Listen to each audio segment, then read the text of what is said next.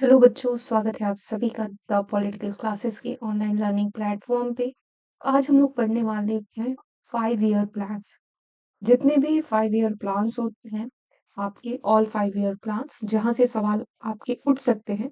इसी के साथ साथ हम कोशिश करेंगे कि हम इंडियन पॉलिटिक्स को भी समझ पाएं कि आखिर वो 5 ईयर प्लान्स जितने भी हुए उसमें उसमें उसमें 1 ईयर प्लान जो है, अवकाश प्लान जो बना, ठीक है, वो क्यों बना। ये सभी जो आपके हैं, जो कि एक पंचवर्षीय योजनाएं जिसको कहा जाता है, उनको हम लोग पढ़ेंगे। एक वर्षीय योजनाएं भी पढ़ेंगे। रोलिंग प्लान क्या होता है वो देखेंगे। तो चलिए वीडियो को शुरू करते हैं। तो व्हाट इज 5 ईयर प्लान? पंचवर्षीय योजना क्या है? तो भारत में पहली पंचवर्षीय योजना कब शुरू की गई थी? 1951 में शुरू की गई थी।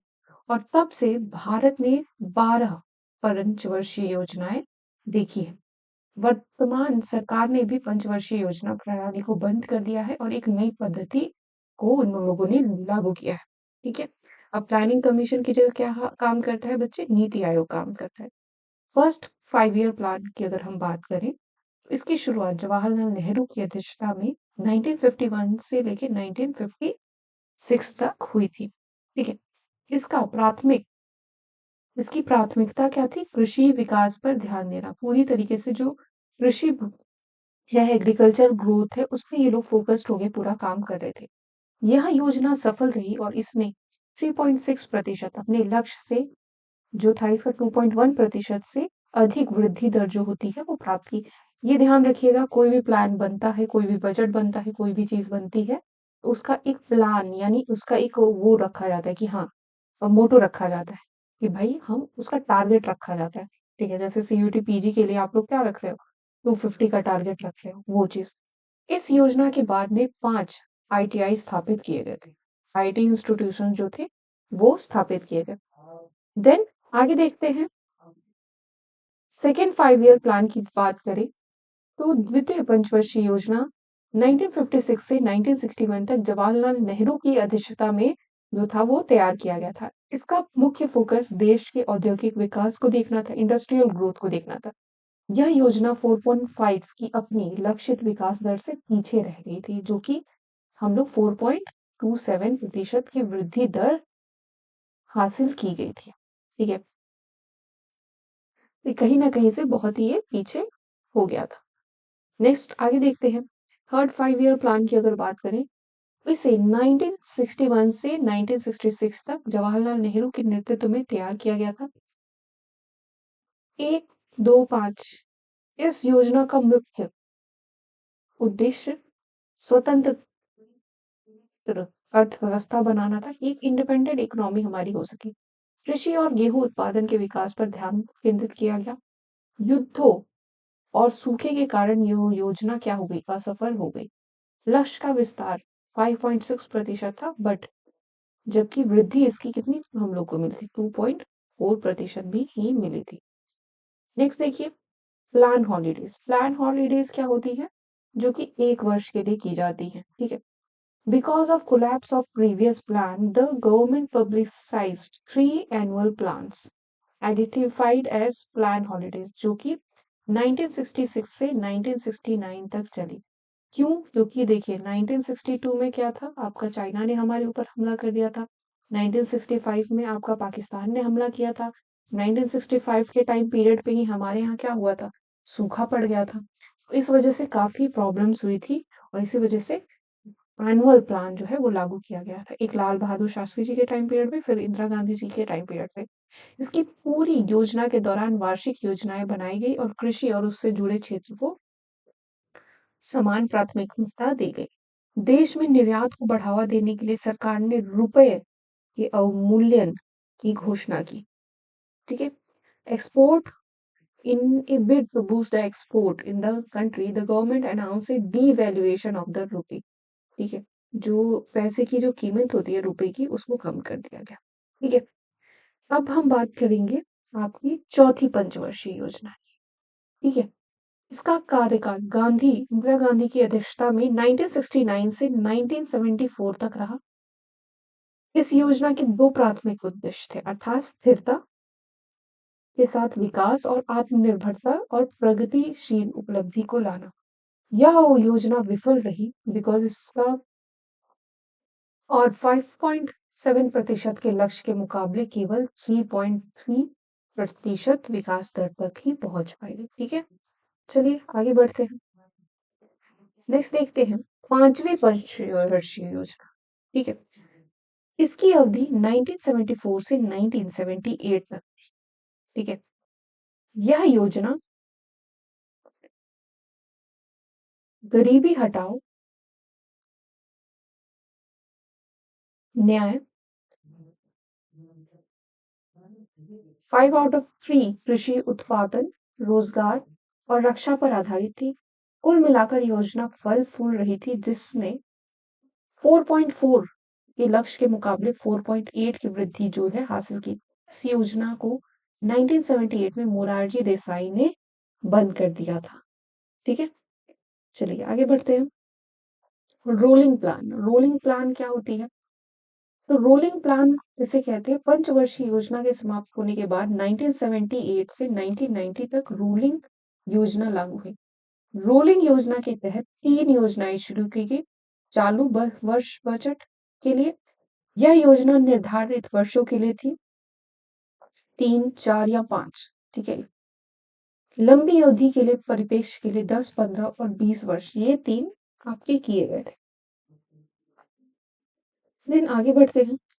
छठी पंचवर्षीय योजना, इसका कार्यकाल इंदिरा गांधी की अध्यक्षता में 1980 से 1985 तक था। इस योजना का मूल उद्देश्य भारतीय आर्थिक नियोजन और गरीबी उन्मूलन तथा तकनीकी आत्मनिर्भरता प्राप्त करके उदारीकरण था। ठीक है, एक तरीके से निर्भरता। यह निवेश योजना ढांचागत परिवर्तन और विकास मॉडल के प्रति इसका जो झुकाव था वो केंद्रित था। इसका विकास लक्ष्य 5.2% था, लेकिन इसने 5.7% की जो वृद्धि है वो क्या की थी, वो हासिल की थी। ठीक है, सातवीं पंचवर्षीय योजना की बात करें तो इसकी अवधि गांधी जी के नेतृत्व में 1985 से 1990 तक की गई थी।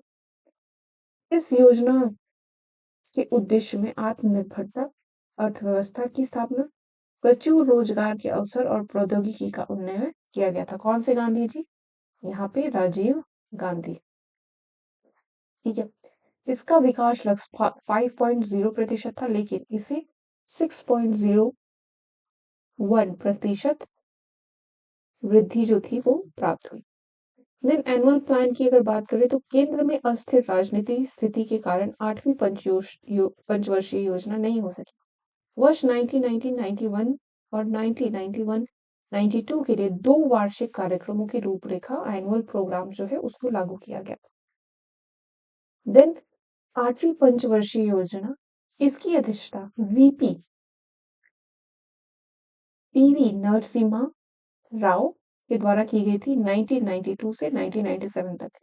इस योजना में पूरा ध्यान मानव संसाधन यानी रोजगार, शिक्षा और सार्वजनिक स्वास्थ्य के विकास पर दिया गया था। यह योजना विजयी रही। इसने 5.6% के लक्ष्य के मुकाबले 6.8% की वृद्धि दर जो थी उसको इन लोगों ने हासिल किया। ठीक है, नाइन्थ 5 ईयर प्लान की अगर बात करें तो इसका कार्यकाल अटल बिहारी वाजपेयी के नेतृत्व में 1997 से 2002 तक था। इस योजना का महत्वपूर्ण झुकाव किस पे था? सामाजिक न्याय और समानता के साथ विकास का लक्ष्य था। इसकी शुरुआत भारत की आजादी के 50वें साल में की गई थी। यह योजना 6.5% के विकास लक्ष्य और 5.6% की विकास दर प्राप्त करने में क्या हो गई थी? विफल हो गई। ठीक है, 10वीं पंचवर्षीय योजना की अगर बात करें तो इसका दौर अटल बिहारी वाजपेयी और मनमोहन सिंह के नेतृत्व में आपका 2002 से 2007 तक चला। इस योजना का लक्ष्य आगामी 10 वर्षों में भारत के प्रति व्यक्ति आय को दोगुना करना था। इसके अलावा इसका लक्ष्य 2012 तक गरीबी अनुपात को 15% करना था।